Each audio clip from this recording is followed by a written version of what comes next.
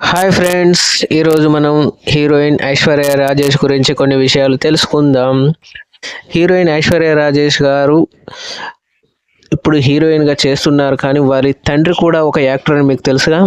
అతను మన పాత తెలుగు సినిమాలలో చాలా సినిమాలలో సైడ్ క్యారెక్టర్గా అండ్ విలన్గా కూడా చేశారు.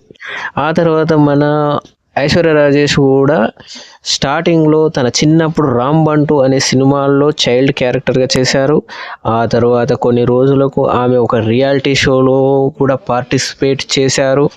ఆ తరువాత ఆమె ఒక ఛానల్లో యాంకర్గా కూడా పనిచేశారు. ఆ తర్వాత సినిమాలలోకి వచ్చిన కొత్తలో 1-2 సినిమాలలో తను సైడ్ క్యారెక్టర్గా కూడా చేశారు. ఆ తర్వాత హీరోయిన్ అయి తన నటనతోటి మెప్పించి అందరి మనసులను తను దోచుకుంది తన నటనతోటి, తన అభినయంతో. ఇప్పుడు మన వెంకటేష్ గారితో కలిసి మన సంక్రాంతికి వస్తున్నాం అనే సినిమాతో హిందీ బ్లాక్ బస్టర్ హిట్ అందుకున్నారు. ఇవి మన ఐశ్వర్య రాజేష్ గురించి కొన్ని విషయాలు. Okay, bye friends.